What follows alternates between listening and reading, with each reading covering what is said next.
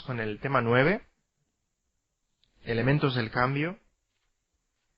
Y en esta tarde, más que 2 conferencias individuales, lo que vamos a tener es una conferencia que dura 2 horas.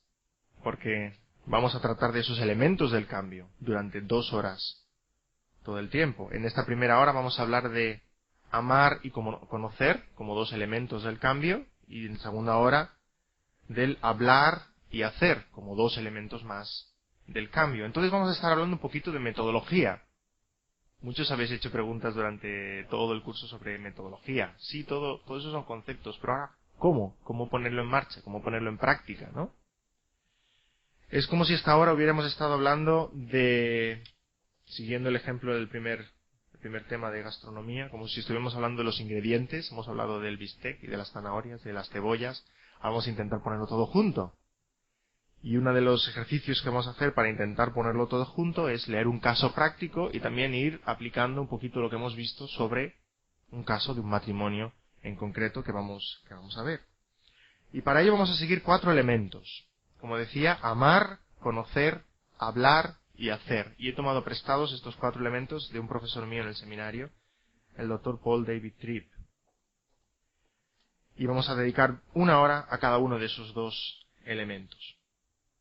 Y son elementos, más que un procedimiento, son elementos. No es que tengamos que seguir siempre ese orden, amar, conocer, hablar, hacer, sino que las 4 cosas se han de dar, juntas, cuando estamos teniendo consejería con alguien. Pero antes de entrar esos 4 elementos, quisiera aclarar 3 conceptos básicos introductorios en cuanto al tema de la consejería. Sé que entre nosotros hay diferentes llamados a la consejería, diferentes inquietudes. No todos nos vamos a dedicar mucho tiempo a la consejería o de forma formal. La mayoría probablemente hagamos consejería de forma informal. O sea que lo que voy a decir tendrá más o menos importancia para cada uno de nosotros. En primer lugar, tenéis en vuestro manual, pagar por la consejería, el tema del dinero o la involucración del dinero en la consejería. Este es un tema de mucho debate. Incluso dentro de la consejería bíblica hay diferentes opiniones. Hay ministerios de consejería bíblica que creen que sí, que es importante que la gente dé un dinero, no para la paga personal del consejero, sino como una ofrenda a la iglesia. ¿Por qué?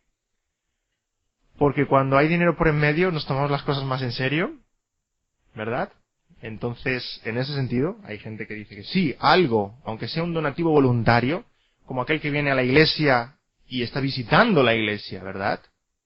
Y se pasa la ofrenda, igualmente contribuye a la ofrenda de aquella iglesia local. ¿Por qué no una persona que está recibiendo consejería o discipulado en otra congregación que no es la suya no puede hacer un donativo, una ofrenda? Hay otros ministerios de consejería, hay uno en California que toma la postura exactamente contraria.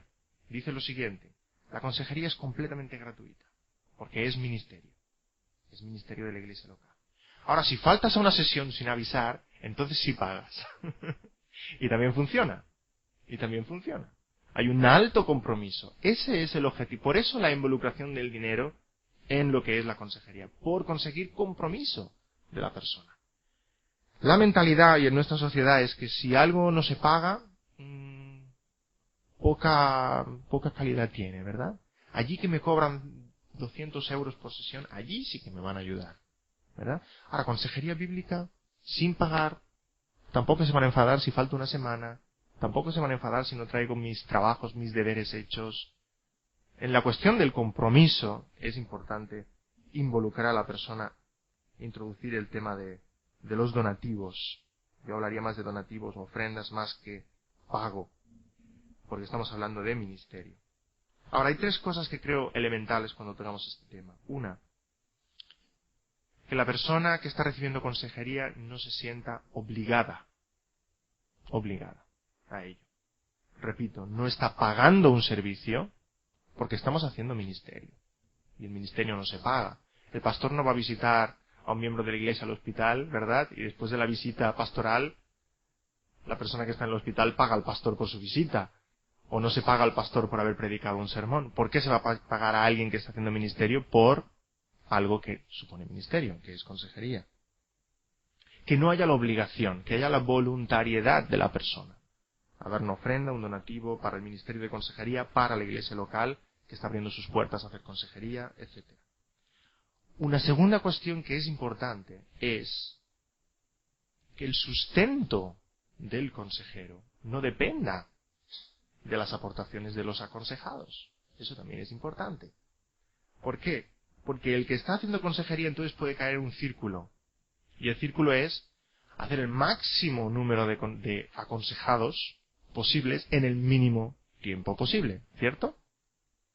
Si en vez de aconsejar 3 horas a una persona, me puedo sentar 50 minutos con ella, y en vez de atender 2 personas durante la semana, puedo atender 40 personas durante la semana, veo incrementado mis ingresos, ¿verdad? Entonces cada vez se va perdiendo más lo que es ministerio y se va cayendo más y más en un profesionalismo. Es importante que la persona esté liberada o sea, que su sustento no dependa de esos donativos. Y como digo, en tercer lugar, es importante el involucrar el tema del dinero y creo que es el factor fundamental, porque la persona se tome en serio lo que está haciendo. Si puede ayudar el hecho de que la persona haga un donativo o una ofrenda a que esa persona se tome en serio el tema de la consejería, entonces es importante. Es importante este factor. En segundo lugar, otro tema introductorio que es importante es el de la confidencialidad. Y tenemos ahí entre paréntesis de nuevo, confidencialidad absoluta. Es un tema conflictivo. ¿Podemos, aquellos que estamos haciendo consejería bíblica, prometer confidencialidad absoluta? Cuando hablamos del tema de confidencialidad, nos ven información por 2 lados. Por un lado, del catolicismo romano, ¿verdad? Secreto de confesión es el concepto que tenemos, ¿verdad? Y si adoptamos como consejeros ese concepto del catolicismo romano, no podemos decir absolutamente nada que se nos haya dicho en el contexto de una consulta o de un despacho, ¿verdad? Por otro lado, el otro concepto de confidencialidad que nos viene es de la psicología. Entonces ya no es absoluta, es un poquito más abierta. Dice el código deontológico de la psicología que hay ciertos casos en los cuales el psicólogo sí puede revelar una información que le ha sido dada. Estos son casos extremos siempre. Una persona está intentando cometer suicidio, o está planeando matar a alguien, etcétera, etcétera. Por eso digo, es un poquito más amplia. Ahora, ni uno ni otro lo podemos adoptar en la consejería bíblica, porque no son bíblicos. Ninguno de los dos. No podemos prometer confidencialidad absoluta. Ahora, sí podemos prometer, y el consejero ha de prometer discreción, que es diferente. Discreción siempre. Discreción siempre. ¿Qué tipo de confidencialidad se puede prometer? Siempre y cuando no esté obligado a ello por la palabra de Dios, yo no tengo por qué compartir lo que hablemos. Es el tipo de confidencialidad que tenemos que compartir. Siempre y cuando la palabra de Dios no me obligue a ello, y mis deberes y mis responsabilidades como cristiano, no tengo por qué compartir lo que hablemos en privado. Ese es el tipo de confidencialidad. Y los límites de la confidencialidad, que podemos llamar confidencialidad bíblica, que no es absoluta, es bíblica, los tenemos en Mateo 18. Tenemos ahí el pasaje. ¿Qué dice Mateo 18? Dice que si tu hermano te ha ofendido, vayas tú a hablar con él, a reprenderle, tú y él solos. Privacidad, ¿verdad? Dice que si tu hermano te escucha, lo has ganado. Lo has ganado. Ahora, si no te escucha, ¿qué has de hacer? Has de tomar a 2 o 3 contigo. Eso quiere decir que no puedes prometer confidencialidad absoluta. Si estamos aconsejando a alguien y nos está hablando de su adulterio o de su relación con otra mujer, y esa persona, al cabo de tiempo de estar tú y él solos hablando del tema, no quiere cambiar su vida, por la palabra del Señor te ves obligado a traer a 2 o 3 contigo. Mateo 18. Y tenemos que la persona que reciba consejería bíblica debe ser consciente de esto. Que la consejería, si en el contexto de consejería ganas a tu hermano, perfecto. Si no ganas a tu hermano, es el primer paso de una disciplina. De la disciplina bíblica tal como está escrita aquí, en Mateo 18. Y si después de reunir a 2 o 3 juntos la persona tampoco quiere cambiar, vamos un paso más allá. El siguiente es presentarlo a la iglesia. Y es el penúltimo paso en una disciplina. El último paso es entregarlo al mundo. Por tanto, necesitamos tener cuando hacemos consejería, esta perspectiva de iglesia local, de ministerio. No estoy haciendo yo consejería por mí mismo, a mi aire, a mis anchas, independientemente. Y entonces puedo prometer confidencialidad absoluta. Lo que hablemos aquí nunca saldrá de aquí. No puedo prometer eso. De todo lo que estoy diciendo, estos temas introductorios, tenemos apéndices al final del manual. Hay un formulario que explica lo que quiere decir con confidencialidad bíblica. Y no es mala idea, cuando empezamos a hacer consejería con alguien, que la persona lo lea. Y lo firme. Como que entiende qué tipo de consejería estamos haciendo. Que después, cuando hemos ido a su pastor o hemos traído a 2 ancianos de la iglesia para hablar con él en el contexto de consejería, no se ponga las manos en la cabeza, ¿verdad? Y diga, me has engañado. Me prometiste que no hablarías de esto con nadie. No, es en este contexto. Confidencialidad bíblica. Y un tercer punto es el de consejería psicológica. Hay también otro apéndice 9.2, que describe qué es la consejería bíblica. Queremos, cuando empezamos a hacer consejería bíblica con alguien, que sepa que es consejería bíblica. Que no piense que estamos haciendo consejería psicológica, ¿verdad? Porque llegará un punto que se dará cuenta de los dos y no queremos que nadie piense que le estamos engañando, que le estamos ofreciendo una cosa con otro nombre. Desde el principio ha de saber que estamos hablando de consejería bíblica. Y también hay un documento que puede leer y que puede incluso firmar. ¿Por qué? Porque tampoco queremos problemas con el colegio de psicólogos de tal o tal otra ciudad, ¿verdad? Por intrusismo. Recordamos el caso que hablábamos de la iglesia de John MacArthur. La persona viene a la consejería, sabe que es consejería bíblica y firma un documento reconociendo que se somete a ese tipo de consejería. De manera que tal día o tal otro no pueda decir aquí ha habido intrusismo, me han estado haciendo consejería y esta gente no eran psicólogos, ¿verdad? No, una consejería espiritual. Y sabía la persona desde el principio que era una consejería espiritual.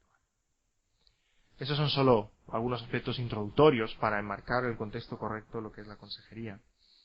Y ahora podemos entrar a hablar de esos 4 elementos de los que hablábamos antes. Y el primero de ellos es amar. Amar. Y ya hemos hablado en otros temas sobre el tema de amar. Y del amor como motivación. Al amor como lo que ha de mover al creyente a hacer consejería. El motor de la consejería. Y la verdad es que cuando empezamos a hacer consejería con alguien, enseguida nos sentimos tentados a hacer, a saltarnos varios pasos y irnos al hacer. O sea, decirle a la persona lo que tiene que hacer, ¿verdad? Yo en tu caso hubiera hecho tal y tal y tal. ¿Y por qué hiciste esto? Lo que tienes que hacer es lo otro. Enseguida nos sentimos tentados a hacer eso. Por eso es bueno recordar este primer paso, y además empieza por A, como el alfabeto. Amar es el primer paso en la consejería. Dice el Proverbio 27:6. Fieles son las heridas del que ama. Creo que no lo tenéis en vuestros manuales este proverbio, pero es muy importante en cuanto a este tema. Fieles son las heridas del que ama. Las heridas, incluso aquello que la persona necesita saber y reconocer, aunque lo digamos con mucho amor, ¿verdad? Muchas veces hiere, pero dice que esas heridas son fieles. Pero dice también de aquel que ama. Primero debe haber esta relación de amor, de amor cristiano entre consejero y aconsejado, para que la persona reciba lo que le vas a decir. Y lo acepte. Y lo aplique a su vida. Tenemos el mejor ejemplo del Señor Jesucristo, cómo se relacionó con la gente, cómo amó a la gente. Y el impacto que esa relación de amor con la gente tuvo en todas las personas que le rodeaban. Leemos en Mateo 9:36, y al ver las multitudes, tuvo compasión de ellas, porque estaban desamparadas y dispersas como ovejas que no tienen pastor. Y también en Marcos 10:21 el Señor se acerca al joven rico y nos dice lo siguiente: entonces Jesús, mirándole, le amó. Jesús, mirándole, le amó. Y ese es el verdadero primer paso cuando hacemos consejería con alguien. Hay que amar a aquella persona que tenemos delante. Porque aquello va a ser el motor que nos va a guiar a la hora de ayudar a aquella persona. Y aquello va a ser el contexto que va a hacer que la persona pueda recibir lo que le vamos a decir. Si no hay esa relación de amor, no va a ser posible. También escribe el apóstol Pablo lo siguiente en 2 Corintios 4:2. Hablando a los corintios les dice: os escribí con muchas lágrimas, no para que fueseis contristados, sino para que supieseis cuán grande es el amor que os tengo. Y les dijo cosas muy duras a los corintios, pero en ese contexto de amor, de genuino aprecio y entrega por ellos. Y en este primer punto de lo que es amar, podemos hablar de 3 estrategias, básicamente, al acercarnos a la persona. En primer lugar, entra en el mundo de la persona. Tenéis ahí esos puntos en vuestro manual. Entra en el mundo de la persona. Necesitamos esas puertas de entrada, ahí tenéis el dibujo, esas puertas de entrada en el corazón de la persona. Y repito, puertas de entrada al corazón, no al contexto. No al contexto de la persona, al corazón de la persona. Porque la persona cuando viene buscando consejería, ¿qué hace? Lo que tenéis ahí en ese dibujo. Señala al problema, ¿verdad? Este es el problema. Esto es lo que quiero que cambies. Eso es lo que llamamos problema de presentación. O problema de consulta. Que no es el verdadero problema. Es el problema que la persona trae. Y lo pone encima de la mesa y dice: mira, esto es el problema. Esto es lo que quiero que cambies. Por esto he venido buscando ayuda. Pero no nos interesa tanto aquel problema como entrar en el corazón de la persona. Eso es lo que realmente nos interesa. ¿Qué se está cociendo? ¿Qué está hirviendo en el corazón de esa persona? ¿Qué hay dentro de él? No fuera de él. Dentro de él. Y lo cómodo para aquel que está recibiendo consejería es continuar apuntando al problema. ¿Por qué? Porque está fuera de mí. Es algo que no soy yo. No me involucra a mí personalmente. Es algo que está sucediendo en mi contexto. Pero debemos continuar apuntando hacia adentro. Y hay que conseguir entrar en ese corazón. Lograr esas puertas de entrada en el corazón. Y ese es realmente un gran reto. Y hace falta conocer a la persona. Y hace falta pasar tiempo con la persona. Y escuchar lo que nos dice. Y lo que piensa. El corazón se expresa de maneras, pero hay que encontrar las maneras en las cuales se está expresando. Ciertas emociones, ciertos comentarios, ciertos pensamientos, ciertos juicios sobre uno mismo, ciertos comentarios sobre Dios, o lo que Dios está haciendo o no está haciendo. De esa manera empezamos a ver, a vislumbrar qué es lo que puede haber dentro de ese corazón. ¿Qué dice la persona a la que estamos ayudando? ¿Qué dice de ella misma? ¿Cómo se define a ella misma? ¿Qué dice de Dios? ¿Cómo interpreta el sufrimiento y el dolor en el cual está? ¿Cómo lo interpreta? Todo eso está revelando un corazón.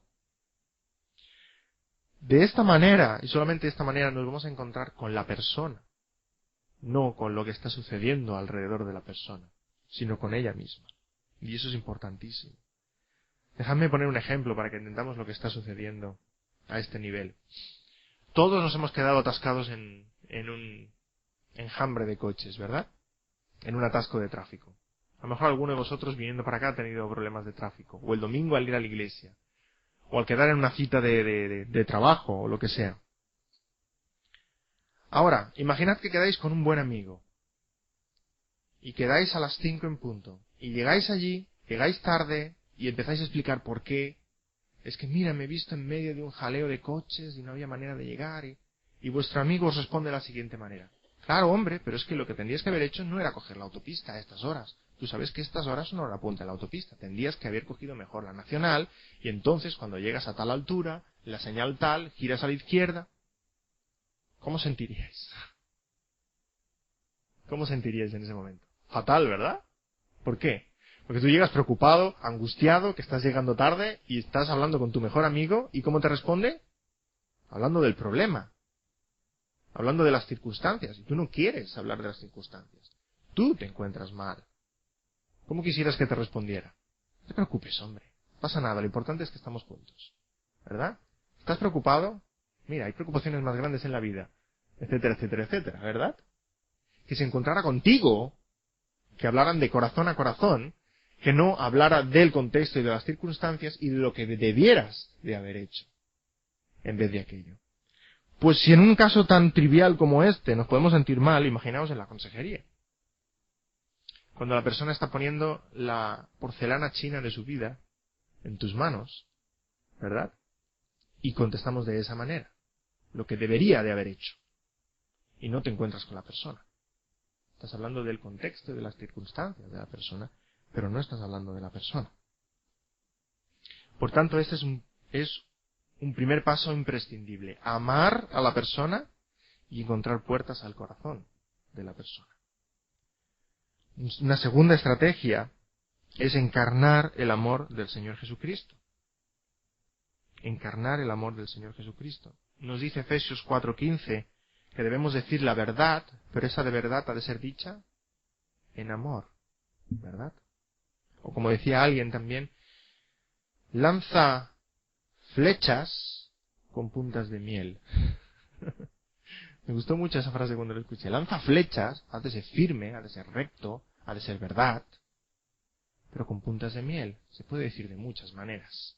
De muchas maneras. En amor, en un contexto de amor. Debemos vestirnos del carácter del Señor Jesucristo. ¿Qué se pone el bombero cuando va a trabajar? El bombero se pone su traje de amianto y su casco y sus botas. ¿Qué se pone el médico? Se pone su bata blanca, ¿verdad? ¿Qué se pone el cristiano? ¿Qué se pone el consejero bíblico? Se pone al Señor Jesucristo. Se viste del carácter del Señor Jesucristo. Tenemos aquí este pasaje, Colosenses 3, 12 al 14. Vestíos pues como escogidos de Dios, santos y amados, de entrañable misericordia, de benignidad, de humildad, de mansedumbre, de paciencia, soportándoos unos a otros y perdonándoos unos a otros, si alguno tuviere queja contra otro. De la manera que Cristo os perdonó, así también hacedlo vosotros. Y sobre todas estas cosas, vestíos de amor, que es el vínculo perfecto. Por tanto, nos vestimos de amor. En primer lugar, hemos hablado de puertas al corazón de la persona. En segundo lugar, de vestirnos de amor. En tercer lugar, de identificarnos con el sufrimiento. Intentar entender el sufrimiento en el cual la persona está. Evidentemente siempre todo el mundo nos puede decir, tú no me entiendes, porque tú no estás pasando lo que yo. ¿Qué tenemos que responder a eso? Pues es verdad, yo no he pasado exactamente lo que tú. Ahora, nunca ninguno de nosotros hemos pasado exactamente lo que otra persona. Todos los sufrimientos son diferentes. Diferentes de color, diferentes de tamaño, diferentes de énfasis, diferentes de volumen. Todos los sufrimientos son diferentes, pero el sufrimiento es sufrimiento para todos nosotros. Ahora, hay alguien que sí entiende a la persona que estamos aconsejando perfectamente. El que ha sufrido el sufrimiento indecible. Y ese es el Señor Jesucristo, ¿cierto? Por tanto, en el sufrimiento en el cual la persona está, debemos apuntar a Cristo. Y nos dice algo muy interesante, Hebreos 2, versículos 10 al 12. Nos habla de Cristo y el sufrimiento de Cristo. Y utiliza una expresión que me llama mucho la atención. Dice así el pasaje de Hebreos: porque convenía aquel por cuya causa son todas las cosas, y por quien todas las cosas subsisten, que habiendo de llevar muchos hijos a la gloria, perfeccionase por aflicciones al autor de la salvación de ellos. Porque el que santifica y los que son santificados de uno son todos, por lo cual no se avergüenza de llamarnos hermanos, diciendo, anunciaré a mis hermanos tu nombre, en medio de la congregación te alabaré. Está hablando del Señor Jesucristo y dice lo siguiente, que es perfeccionado por aflicciones, por sus aflicciones. Y entonces a mí me viene a la mente la pregunta, evidentemente, ¿pero el Señor Jesucristo no era ya perfecto? ¿Cómo dice el autor de Hebreos que el Señor Jesucristo es perfeccionado? Si el Señor Jesucristo ya era perfecto. El Señor Jesucristo es perfeccionado en el sentido de que es hecha evidente su perfección. Es hecha evidente, es hecha manifiesta su perfección. Y es hecha manifiesta su perfección a través del sufrimiento y a través del dolor que el Señor Jesucristo tuvo que pasar. Permitidme otro ejemplo. Imaginad que trabajáis en una fábrica que hace barras de metal, barras de acero, y estáis en el departamento de control de calidad de esas barras, ¿verdad? Como sois un poquito rudimentarios, el control de calidad lo hacéis vosotros, cogéis las barras y las dobláis, para ver si son buenas. Entonces, cogéis las barras y para comprobar si son buenas o no, veis hasta dónde pueden doblarse. Hasta que llega una barra nueva que han hecho y os dice el superintendente de la fábrica, os dice, esta barra es perfecta. Como estáis en el control de calidad, cogéis la barra y ¿qué hacéis con ella? La dobláis completamente hasta lo máximo que puede ser doblada. ¿Y qué pasa? No se rompe. ¿Cuál es vuestra conclusión como responsables de control de calidad? ¿Qué pondréis en vuestro informe? Esta barra es perfecta. ¿Lo era antes de ser doblada? Sí lo era, ¿verdad? Pero al ser doblada hasta lo máximo, fue hecho manifiesto, evidente, que era perfecta. Eso es lo que pasó con el Señor Jesucristo. ¿Era perfecto el Señor Jesucristo? Sí. Ahora, fue a través del sufrimiento que tuvo que pasar, a través de la prueba que tuvo que pasar, que fue evidente para todos nosotros su perfección. Fue manifiesta su perfección. Y creo que hacia aquí está apuntando el autor de Hebreos. Y como hijos de Dios, y como nueva criatura que somos en el Señor utiliza las aflicciones y utiliza el sufrimiento en nuestra vida para formar esta perfección del Señor Jesucristo. De la misma manera. En ese sentido, dice el apóstol Pablo que está sufriendo las aflicciones de Cristo. No estaba diciendo que él fuera corredentor con Cristo. Estaba sufriendo esas mismas aflicciones que Cristo sufrió como cristiano, como seguidor de Cristo. Como seguidor de Cristo. En ningún sitio en la palabra se nos promete que nuestra vida va a ser fácil como cristianos, que no vamos a tener ninguna dificultad. Todo lo contrario, ¿verdad? Hay otra frase de un puritano inglés que dice, si la corona de nuestro rey era de espinas, ¿cómo ha de ser la nuestra? ¿Cómo ha de ser la nuestra? La vida cristiana no es fácil, evidentemente. Ahora, ¿cuál es nuestra perspectiva del sufrimiento? ¿Cuál es nuestra visión del sufrimiento y de las dificultades?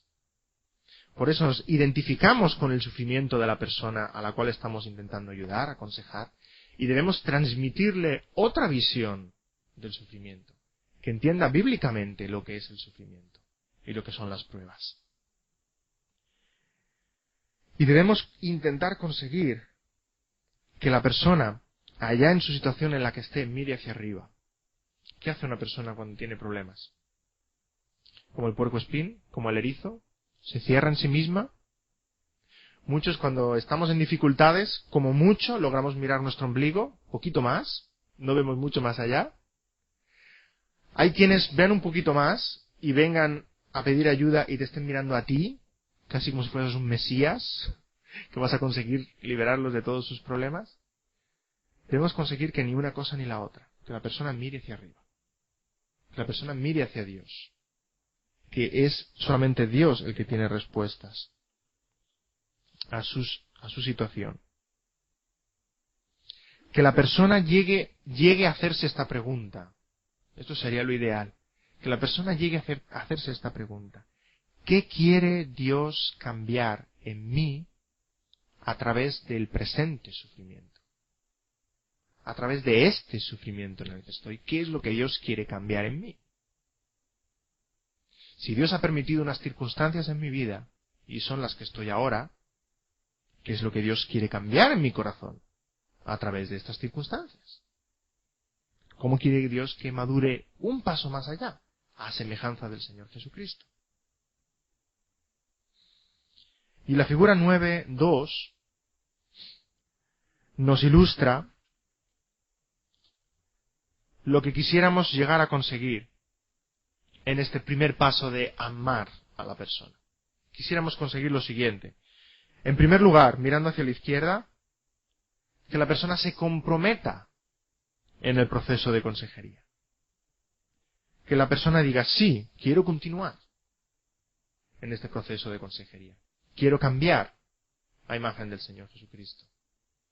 Mirando hacia la derecha, mirando hacia el consejero, queremos transmitir a la persona un entendimiento, que la persona puede decir, este consejero sí que me entiende. Este consejero sí que me entiende. Cierta confianza hacia nosotros. Y mirando hacia arriba, mirando hacia Dios, que la persona vea esperanza, vea luz. Que la persona puede decir, solo Dios, realmente solamente Dios puede ayudarme, solamente Dios puede darme respuestas. Queremos conseguir que el corazón de la persona se mueva en estas tres direcciones.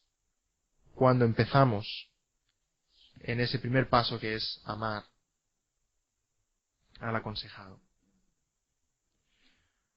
Ahora bien, hasta ahora muchos conceptos, ¿verdad? Vamos a intentar ponerles nombres y apellidos y vamos a hablar de Felipe y Alicia. Tenéis un caso en vuestro manual.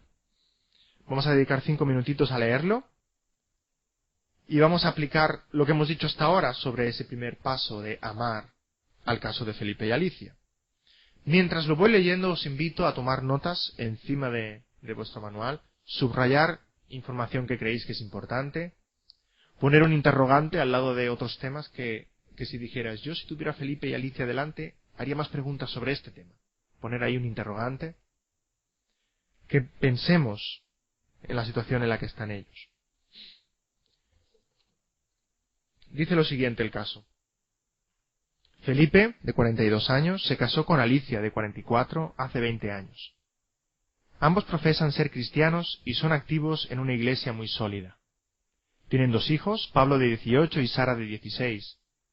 Tanto Felipe como Alicia crecieron en hogares cristianos nominales. Felipe actualmente trabaja como vendedor para una empresa de suplementos electrónicos.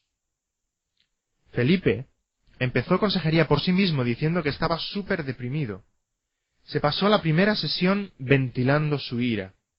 Expresó su ira hacia su familia de origen, con quien tiene muy poco contacto. Ellos nunca han confiado en mí. Siempre me trataron como un fracasado. Aunque fuera el presidente no sería suficiente. Ya he desistido de intentar ganarme su respeto. Felipe tuvo un fracaso académico en la universidad, lo que supuso perder su beca de estudios, y tampoco le han ido bien las profesiones que ha empezado, lo que le convierte en la oveja negra de una familia repleta de éxitos. Felipe también está enojado con los líderes de su iglesia. Cree que son malos pastores y que saben muy poco de lo que realmente está sucediendo en la vida de las personas. Dice que hay un techo de cristal que deja a muchos hombres cualificados fuera de posiciones de responsabilidad, mientras que muchos otros que están poco cualificados parecen haber entrado en el liderazgo. Odia escuchar el sermón del domingo porque dice que lo que enseña es un evangelio vacío, proporcionado por hombres que han olvidado sus raíces teológicas. Felipe ha intentado expresar sus preocupaciones, pero siente que no se le escucha porque él no es uno de los pocos que son respetados. Felipe piensa que, aún más, los líderes de su iglesia han dañado su reputación y su matrimonio poniéndose del lado de su esposa, sin haber investigado un poco por ellos mismos. Felipe odia su trabajo y siente que es obligado a trabajar allí por una esposa insegura y desconfiada, la cual está más preocupada por lo que piensan sus amigos y familiares que por el bienestar de su propio marido. Felipe dice simplemente, yo no estoy hecho para el horario típico de 9 a 5. Odia las ventas. Odia tratar con clientes exigentes. Odia vivir en base a cuotas de venta irrealistas. Se siente atrapado y está enojado. Por otro lado, Felipe cree que él está capacitado para negociar en el mercado financiero. Él es un genio de la computadora y le gusta la libertad que le da hacer negocios por Internet. Le gusta que cada día sea diferente al anterior. Le gusta el riesgo que los negocios supone. Le gusta sentir que sabe cosas que otros no saben. Aunque Felipe ha hecho mucho dinero con sus negocios, también ha perdido miles y miles de dólares. Felipe y Alicia tienen una deuda de $45,000 y 20,000 de los cuales es en tarjetas de crédito de alto interés. Los negocios de Felipe siempre han asustado a Alicia, quien le ha suplicado que mantenga un trabajo normal. Felipe es un hombre amistoso, que encuentra su felicidad en las relaciones. Le gusta estar con gente, le encanta charlar, siempre busca una oportunidad para ayudar a alguien. Sin embargo, Felipe no es tan amistoso en casa. Tiende a evitar la gente y a estar solo. Su respuesta típica a Alicia es: no molestes a los problemas hasta que los problemas te molesten a ti. Deja la mayor parte de la responsabilidad como padres a Alicia, y solo interviene cuando ella le obliga o cuando se enoja. Su estilo es aislarse en sí mismo para entonces explotar en arranques de ira. Felipe pasa su tiempo en casa, conectado a Internet, leyendo libros de teología o leyendo novelas de misterio. Curioso lo que lee, teología y misterio. En un primer momento, Alicia rechazó la consejería, diciendo: no hay nada malo en nuestro matrimonio que no hubiera de cambiar si Felipe cambiara. Entonces decidió participar, porque temía que Felipe no diera información fidedigna de lo que estaba realmente sucediendo. Alicia admitió a regañadientes que sí hay ciertas cosas que ella también necesita trabajar, porque han impactado negativamente su matrimonio. Desde la tercera sesión, Alicia ha venido regularmente. Alicia proviene de una familia que desde lejos parece estupenda, pero que en realidad está llena de problemas. Tuvo una madre muy dominante que hizo todo lo posible por dominar a su esposo y a todos los demás en la casa. Su padre montó su propio negocio para poder salir de la casa. Alicia tuvo un padre muy ausente, aunque alcanzó grandes logros. La vida de Alicia estuvo llena de lujos, una casa grande, coches lujosos, vacaciones caras, etc. Pero su hogar no era un lugar seguro donde vivir. Su madre era súper controladora y condenativa. Alicia dice que no recuerda un solo día en el cual su madre no le gritara por una razón u otra. Alicia fue una estudiante excelente. Logró una beca completa por sus buenas notas y se graduó con honores. Aún así, su tiempo en la universidad fue una época oscura de su vida, llena de inseguridad y dudas, de drogas y promiscuidad sexual, y de otras cosas que ella diría que son una fuente de pesar y vergüenza. Alicia es una mujer activista, orientada hacia las metas. Admite que tiende a respetar a la gente que es obviamente exitosa. Da mucho valor a la seguridad económica y a las posesiones, aunque no se llamaría a sí misma materialista. Alicia no confía en la gente de inmediato, tiene miedo a las relaciones cercanas y tiende a ser independiente. Le gusta trabajar mucho y bien duro en sus proyectos, y le gusta que la gente alrededor de ella comparta su entusiasmo por lo que está haciendo. La forma de mostrarme que me amas es apoyarme en lo que estoy haciendo. Alicia dice de Felipe: este no es el hombre con quien me casé. Está muy decepcionada con la actitud de Felipe ante el trabajo. Ella ve a Felipe como un fracaso en serie, quien con sus esquemas de hazte rico rápido ha puesto a toda la familia y su reputación en riesgo. Le ha exigido a Felipe que deje de hacer negocios, que conserve un trabajo de ventas. Es fácil y es bueno en ello, dice Alicia. Alicia ha llevado a Felipe ante los ancianos de la iglesia para obtener su apoyo. Alicia admite que vive una vida bastante independiente, pero dice que no puede estar cerca de alguien que rechaza proveer para su familia. El matrimonio de Felipe y Alicia ha sido uno de calma aparente, distancia fría y explosiones periódicas. Felipe es como un niño pequeño que sabe que está haciendo algo malo y se esconde para no ser pillado. Alicia es como una madre desconfiada, que no se cree nada e investiga todo lo que Felipe hace. Ambos están muy desanimados con su matrimonio, pero se acusan el uno al otro. Ambos dicen que quieren ayuda, pero parecen más preocupados en arreglar al otro. Alicia quiere seguridad material y ve a Felipe como un fracasado en proveer económicamente. Felipe quiere estar con una mujer que lo ame y respete, y ve como Alicia se resiste a hacerlo. ¡Wow! ¿Cuántas cosas? La primera impresión es dejar la silla y salir corriendo. ¿Verdad?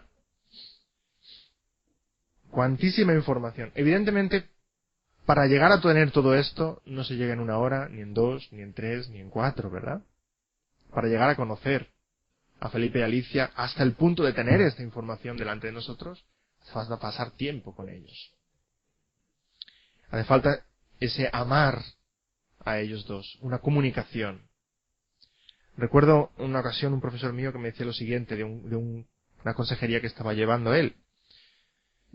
decía que, bueno, que se sentía un poquito en el derecho de decirle ciertas cosas a la persona que estaba aconsejando, porque ya llevan 24 sesiones.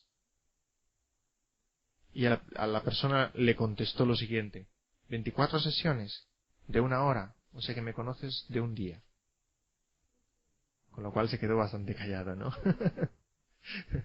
Necesitamos conocer a la persona, necesitamos explorar su vida, necesitamos comunicarnos con la persona, necesitamos llegar a ese corazón para poder hablar con cierto criterio, ¿verdad?, de lo que está pasando en esa vida.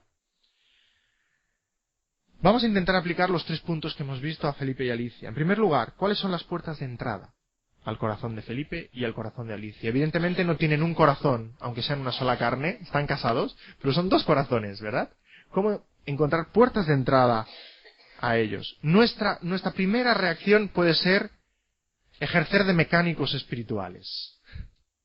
O sea, decirles lo que han hecho mal y lo que tienen que hacer. ¿Cierto? Y ya está. Debieras, como aquel del tráfico, debieras de haber hecho tal y tal y tal. No, primero vamos a intentar encontrarnos con la persona, al corazón de la persona. En primer lugar, Felipe. Veo básicamente 2 puertas de entrada a su corazón. Una de ellas es el tema del respeto. Qué palabra tan grande para Felipe. ¿Cuántas veces ha salido, verdad? Respeto. Dice cosas como, hablando de su familia: ya he desistido de intentar ganarme su respeto. He desistido. También es importante el respeto que los líderes de la Iglesia se supone que tienen y que él no tiene, ¿verdad? El respeto que Alicia le debe y Alicia no le está dando. Es que no me respeta. El tema del respeto es tremendo. Más adelante, y recordando temas anteriores, os vendrá a la mente lo de ídolo.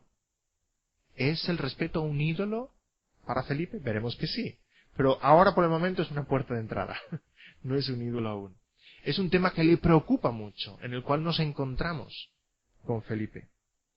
¿Cómo continuar tratando el tema del respeto? Podemos preguntarle a Felipe cosas como: ¿cómo te sientes cuando no eres respetado? ¿O qué sería para ti ser respetado? En esa situación que me dices con Alicia, que Alicia no te respetó, ¿qué crees que Alicia debiera haber hecho para sentirte respetado?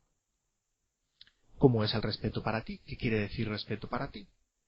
Intentar explorar más ese tema que le interesa tanto, que le importa tanto.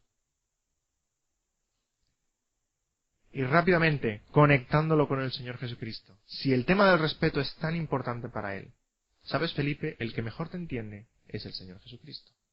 Nadie en este mundo debiera de haber sido respetado tanto como Cristo y fue menospreciado tanto como Cristo.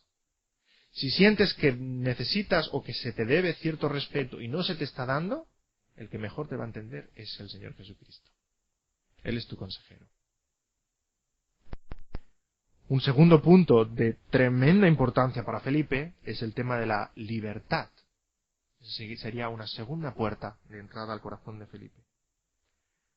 Continuamente dice Felipe lo siguiente: que no le gustan las normas, que no está hecho para un horario típico de 9 a 5, que necesita libertad, que necesita flexibilidad, que no soporta los límites, que no soporta la monotonía, se siente atrapado, se siente angustiado, necesita libertad. Es un gran tema para él. Podemos hacer preguntas como las siguientes: ¿cuándo te sientes especialmente limitado o especialmente atrapado? Cuando te sientes atrapado y limitado de esa manera, ¿cuáles son tus sueños? ¿Qué te gustaría ver en tu vida? ¿Cómo te gustaría que tu vida cambiara? ¿Qué quiere decir para ti libertad? Aclarar conceptos. ¿Qué quiere decir para ti libertad? Y de nuevo, mirando a Cristo, le podemos decir: el Señor Jesucristo es el que tuvo todo el poder y toda la libertad, y dejó su gloria en los cielos, y vino a encarnarse en un pequeño bebé. Nadie se ha sentido tan limitado y tan atrapado como el Señor Jesucristo. Él te entiende mejor que nadie. Eres tu consejero por excelencia. Intentar conectar con el corazón de Felipe. En cuanto a Alicia parece una persona muy insegura, asustada diría incluso, por las circunstancias a su alrededor. Le gusta confiar con la gente, le cuesta confiar en la gente. Se siente insegura con el tema financiero. La inseguridad La inseguridad, yo diría que es una gran puerta de entrada al corazón de Alicia. La inseguridad. Y podemos hacer preguntas sobre su inseguridad o sobre su temor. Preguntas como, Alicia, ¿qué temes? ¿Qué es lo que realmente te preocupa? ¿Qué crees que podría pasar en el futuro? Si Felipe no trajera suficiente dinero a casa, ¿qué pasaría? ¿Qué es lo que realmente temes? ¿Que falte comida? ¿Que te quedes en la calle? ¿Que la gente vea? Ahí es donde está el kit de la cuestión. ¿Que la gente vea que no tenéis suficiente? ¿Qué es lo que realmente temes? ¿Qué es lo que realmente te preocupa? Y es interesante el tema del temor. Si el temor lo cogiéramos y lo giráramos como giramos un calcetín, ¿sabéis que hay al otro lado? Un gran deseo. O podemos llamar también en términos bíblicos una gran idolatría. Algo que queremos mucho, mucho, mucho, mucho es algo que tememos mucho, mucho, mucho, mucho. Está en ambos lados. Si Alicia tiene muchísimo temor a que Felipe no traiga dinero a casa, por el otro lado es que tiene muchísimo amor hacia el dinero. Lo que pasa es que no queda tan bonito. Queda más bonito expresar temores. Todos nosotros lo hacemos. Expresamos más temores que deseos. Expresamos más temores. Tengo miedo a... Es más bien recibido por las orejas que hay a nuestro alrededor que decir, deseo muchísimo, o mi ídolo es este otro, ¿verdad? Ahí está Alicia, con ese tema de la inseguridad. ¿Cómo sería una vida segura para ti, Alicia? ¿Cómo te imaginas una vida segura? Y de nuevo apuntando hacia el Señor Jesucristo, apuntando hacia Dios. No hay en este mundo seguridad, Alicia. Aunque Felipe tuviera el mejor empleo del mundo, que ganara el sueldo archimillonario en la empresa más estable de todas, esa empresa se puede venir abajo. No hay seguridad en este mundo, Alicia. Solamente hay seguridad en Dios, estando en las manos de Dios. Hacerle entender dónde está su seguridad real, no está en estas cosas terrenales. Segundo tema. ¿Cuáles son nuestras oportunidades de encarnar el amor de Cristo? ¿Cómo podemos expresar el amor de Cristo a Felipe y a Alicia? Para Felipe hemos visto que el tema del respeto es muy, muy importante. Pero él basa su respeto en su éxito profesional, sus éxitos académicos. Si tuviera eso, entonces él sería respetado. ¿Podemos mostrarle un genuino respeto a Felipe, a pesar de su historia académica y a pesar de sus fracasos en X trabajos? ¿Podemos expresarle un genuino respeto como lo que él es, no como lo que él ha hecho, como lo que él es, un hermano nuestro en la fe, un hijo de Dios? Y en segundo lugar, Alicia, y vemos ese temor de Alicia, esa inseguridad de Alicia, esa preocupación por no confiar en la gente, probablemente porque ha sufrido daños de personas en su vida. ¿Cómo encarnar la paciencia y el amor del Señor Jesucristo con Alicia, para conseguir la confianza de Alicia?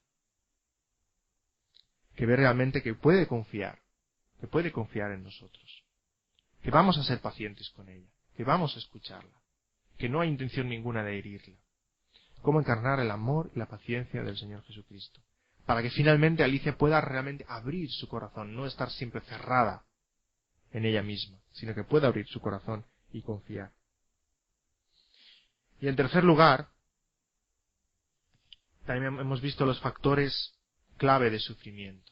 ¿Cómo comprender el sufrimiento de Felipe y Alicia? Y hay muchos factores ahí, evidentemente. Tenemos toda una historia en sus familias que probablemente muchos hayan pecado contra ellos y hayan sufrido rechazo o falta de aprecio o etcétera. Pero necesitamos entender el sufrimiento de Felipe y de Alicia no para excusar, y eso es importante, y lo hemos recalcado en otros temas, no para excusar su situación presente. Necesitamos conocer la historia de Felipe y Alicia y el sufrimiento que ha habido en su vida y hay en su vida para entender ese sufrimiento, para identificarnos con ese sufrimiento, pero no para excusarlos. No para decirles, bueno, es normal que os comportéis así porque, teniendo la historia que tenéis, yo también haría lo mismo. No para excusarlos, sino para entenderlos. Y hay factores de sufrimiento que Felipe y Alicia también necesitan entender que son comunes a todos. Cuando uno se siente en un problema y en un sufrimiento en concreto, piensa que nadie ha vivido esto antes, ¿verdad? ¿Pero qué dice la palabra? Que no nos ha sobrevenido ninguna tentación que no sea común, que no sea humana, que no sea de todos. Todos. Hay diferentes tonos, hay diferentes colores, pero el sufrimiento es común a todos los seres humanos. No hay nada exclusivamente único que podamos sufrir. Y Felipe y Alicia necesitan entender esto. Vivimos en un mundo caído y todos tenemos dificultades. Todos tenemos que luchar en la vida cristiana. Pero también el Señor nos da la salida a las situaciones en las cuales estemos. Por tanto, nuestro dolor, nuestro sufrimiento es temporal. Y el Señor nos promete, allá donde estemos, estar con nosotros, ¿verdad? Dice el Salmo 23, aunque ande en valle de sombra de muerte, tú estarás conmigo. Y el Señor Jesucristo ora por sus discípulos y le dice al Padre, no te estoy pidiendo que los saques de este mundo, sino que estés con ellos en el mundo. El Señor no nos promete sacarnos de nuestras aflicciones, de nuestros sufrimientos, pero sí promete estar con nosotros en medio de esas circunstancias. Por tanto, factores claves de sufrimiento. Sí, hay sufrimiento porque ha habido rechazo y falta de aprecio en sus familias. Hay sufrimiento porque todos vivimos en un mundo caído y hay dificultades para todos, pero el Señor está con nosotros. Y un tercer factor es que ellos recuerdan continuamente su pasado, ¿no es verdad? Continuamente Felipe y Alicia están sacando su pasado y poniéndolo encima de la mesa. Felipe recuerda sus fracasos académicos, sus fracasos en trabajos. Alicia recuerda sus pecados en su época joven en la universidad. Ambos necesitan entender lo que quiere decir el perdón del Señor Jesucristo. Que el Señor Jesucristo los perdona de esos pecados. Que el Señor toma los pecados y los lanza, como dice Miqueas, a lo más profundo del mar. Y ellos no tienen por qué sacarlos continuamente. Y que continuamente sean una fuente de dolor y de pesar cada día en sus vidas. Más o menos esto sería una estrategia en general para acercarnos al corazón de Felipe y de Alicia, para identificarnos con ellos en la situación en la que están. Un segundo aspecto, y estamos ya en el segundo punto, conocer. Un segundo paso, un segundo elemento al acercarnos a Felipe y Alicia es el tema de conocerlos más. Y esto puede parecer muy obvio, pero es indispensable. Es normal que un abogado que quiera defender a alguien, pues, investigue sobre el caso, ¿verdad? Y tenga toda la información que necesita. Es normal que un médico que está a punto de operar a un paciente que haga los análisis que necesite hacer, ¿verdad? Para poder hacer una operación buena, en condiciones. Es normal que si estamos intentando ayudar a alguien y haciendo consejería a alguien, recopilemos la información que necesitemos sobre aquella persona o aquel matrimonio para tener criterio para poder ayudar. Y hay también un apéndice, el apéndice 9.1, al final de vuestros manuales, que viene a ser un inventario de información. Y eso puede ser de ayuda también. La persona que quiere recibir consejería y puede rellenar ese inventario y nos da información sobre muchas áreas de su vida. Y a partir de ese inventario se pueden hacer más preguntas concretas, como vamos a ver a continuación. Y hay un peligro en este tema del conocer. Bueno, hay muchos peligros que vamos a tocar, pero uno de ellos es el de suponer, como veis en vuestro manual. El contrario de conocer no es ignorar. El contrario de conocer es suponer. Porque cuando suponemos, pensamos que conocemos y realmente no conocemos. Realmente no conocemos. Estamos prejuzgando o preconsiderando algo. Realmente no tenemos información. Estamos suponiendo. Conocer a la persona significa no solamente conocer las circunstancias, el contexto en la que está, sino llegar al corazón de la persona. Conocer sus emociones, sus motivaciones, sus pensamientos. Conocer a la persona. Que la persona pueda llegar a hablar con nosotros de corazón. Llegar a abrir su corazón. Como dice el Dr. Tripp, la amistad es la conexión entre corazones. La conexión entre corazones. Si tuviéramos un cable, si alguien hubiera inventado un cable que pudiéramos enchufar de un corazón al otro, ¿verdad? Qué fácil sería. Y transmitir información. Pero no existe tal cable. Hace falta hablar. Hace falta preguntar. Para llegar a conocer el corazón de la otra persona. Y como decía, cuando asumimos algo, entonces no lo preguntamos. Entonces no lo preguntamos. Y nuevamente asumimos cosas, en especial cuando conocemos un caso similar, ¿verdad? Cuando conocemos un caso parecido a lo que tenemos delante, entonces asumimos que es igual a aquel otro que conocemos. Y no preguntamos. Por poneros un ejemplo muy sencillo. Suponed que en un matrimonio están hablando sobre sus problemas matrimoniales y ella dice, algo parecido me pasó a mí en una ocasión. Ella dice, bueno, es que ayer tuvimos una discusión y a raíz de esa discusión, tal. Yo tomo la palabra discusión y no pregunto más. Asumo lo que es una discusión. ¿Verdad? ¿Qué es una discusión? Pues lo que en mi caso sería una discusión. Si mi esposa y yo nos discutimos, pues como mucho, caras largas y estar serios. Eso para mí es una discusión. Estar serios y no hablar. Entonces yo he supuesto que ayer noche, aquella mujer me estaba diciendo que ayer noche tuvieron una discusión. Y he supuesto que discusión es lo mismo para mí. ¿Cierto? Ahora, si acabo el rato, yo me doy cuenta de que estoy equivocado y pregunto, escucha, un momento, ¿qué es una discusión para ti? Explícame. Entonces empieza a salir todo. Él me intentó pegar, empezamos a lanzarnos platos, se rompió una ventana, etcétera, etcétera. Y digo que en una ocasión me vi en algo parecido. Descubrí una discusión que era mucho más grande de lo que yo pensaba. Pero yo asumí, no pregunté. Y lo hacemos continuamente en nuestras vidas, continuamente en nuestras conversaciones. Asumimos. ¿Por qué? Porque conozco algo parecido en mi vida, entonces está pasando lo mismo. O conozco algo parecido en la vida de fulanito y menganita, entonces seguro que está pasando lo mismo que él. Y asumimos continuamente. Y ese es un gran enemigo a la hora de hacer consejería, porque nunca llegas a conocer en el contexto en el cual realmente está la persona. Por tanto, no supongamos, preguntemos. Y ese es el siguiente punto. No supongas, pregunta. Y aquí hay algunas pautas sencillas sobre cómo preguntar. Pregunta que la persona defina sus términos. ¿Qué? O sea, ¿qué quieres decir con discutir? ¿Qué quieres decir con tal palabra que has utilizado? Cuando dudemos de una palabra, que defina sus términos. Pregunta que describa situaciones reales. A ver, discutisteis ayer noche. ¿Me puedes explicar qué pasó? ¿Cómo fue esa discusión? Que la explique. Que abra el paquete y explique exactamente qué hay en ese concepto. Pregunta que explique por qué respondió de esa manera. Y nuevamente cuando le preguntamos a una persona el por qué, ¿qué contesta?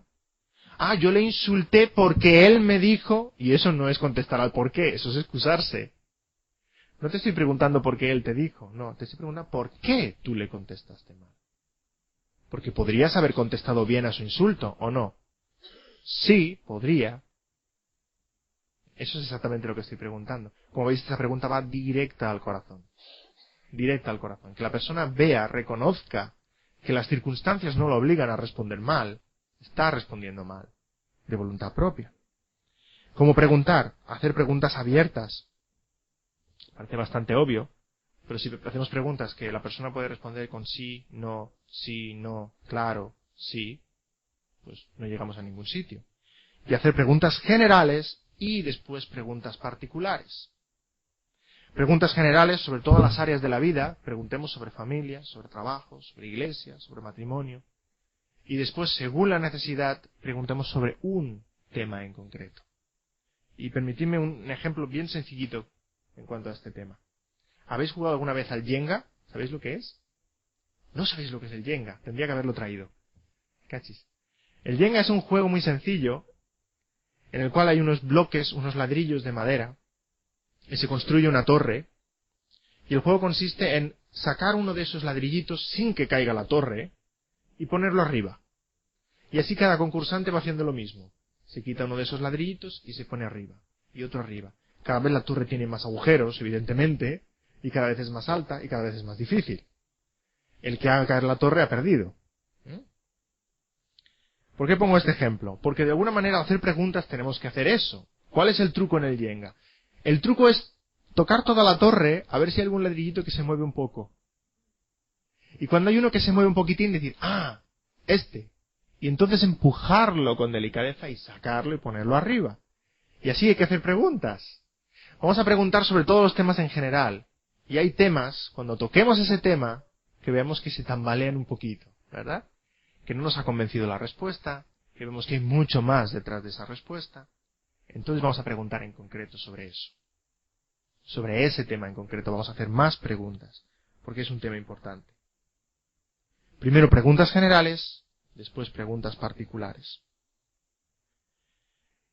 ¿Y qué observaremos al preguntar preguntas en generales sobre iglesia, familia, trabajo? Vamos a observar algo muy interesante.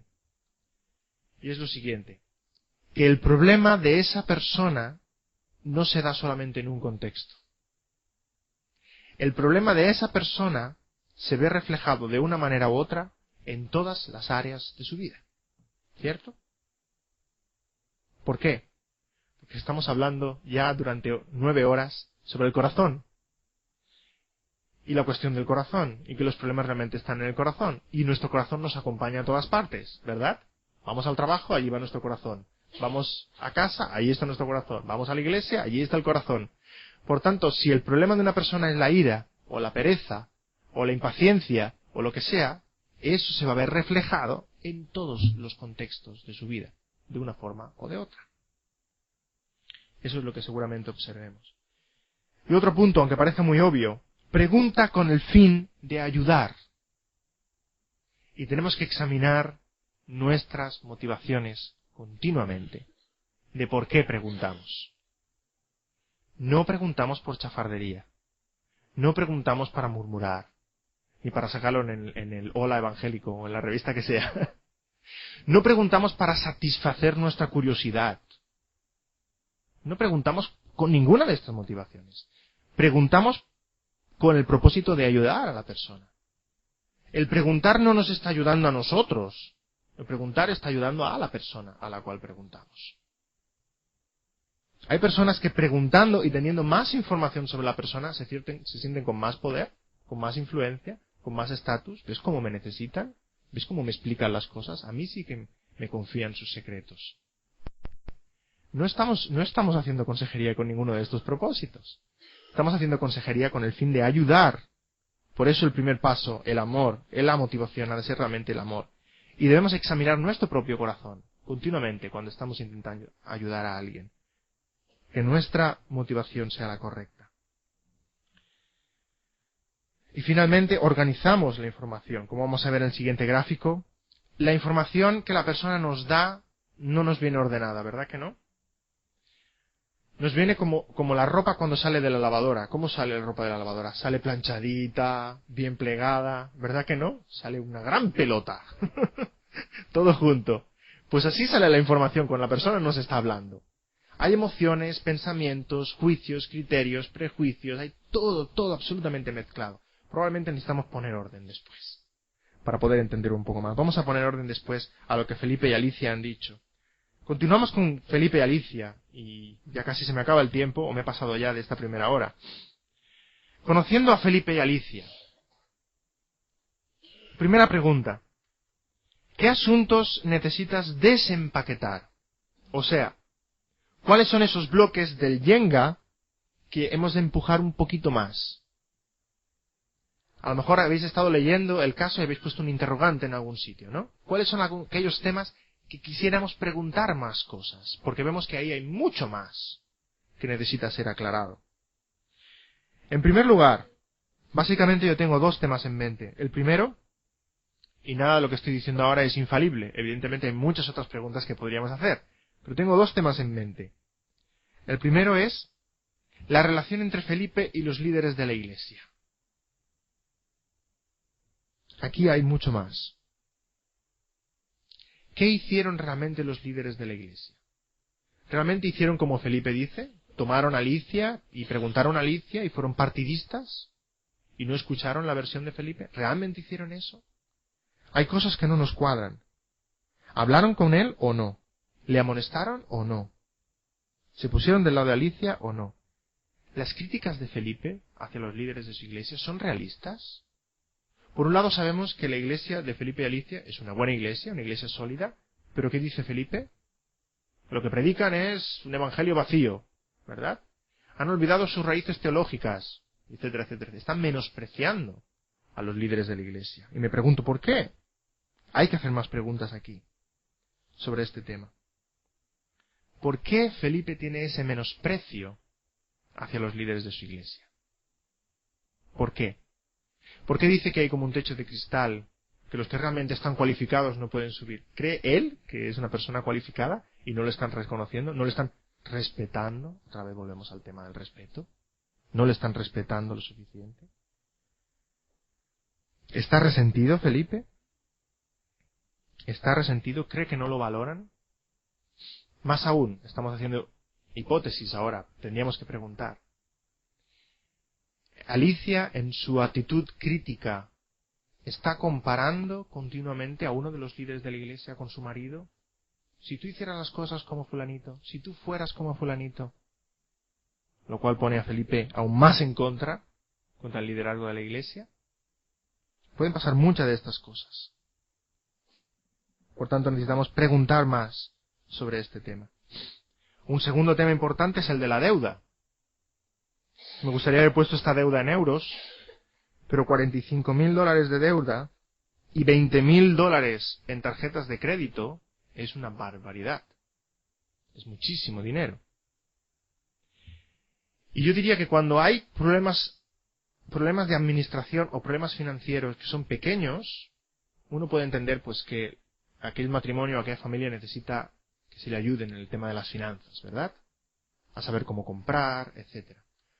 Ahora, cuando hay una deuda astronómica como esta, hay un problema del corazón. El corazón se está expresando en las finanzas. ¿En qué gastáis el dinero, Felipe y Alicia?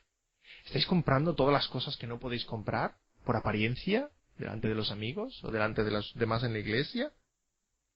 Esto no es solamente una mala administración, es comprar compulsivamente, es no administrarse.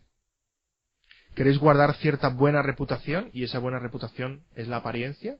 Es una casa bonita, y es un coche lujoso, y es cierta ropa, etcétera, etcétera, etcétera. Y muchas otras posibilidades que podíamos continuar explorando. ¿En qué gastan? ¿Qué compran? ¿Dónde está puesto el corazón de Felipe y de Alicia? Y la pregunta 2, ahí vemos cómo organizamos la información. Este es un modelo, pero es importante lo siguiente.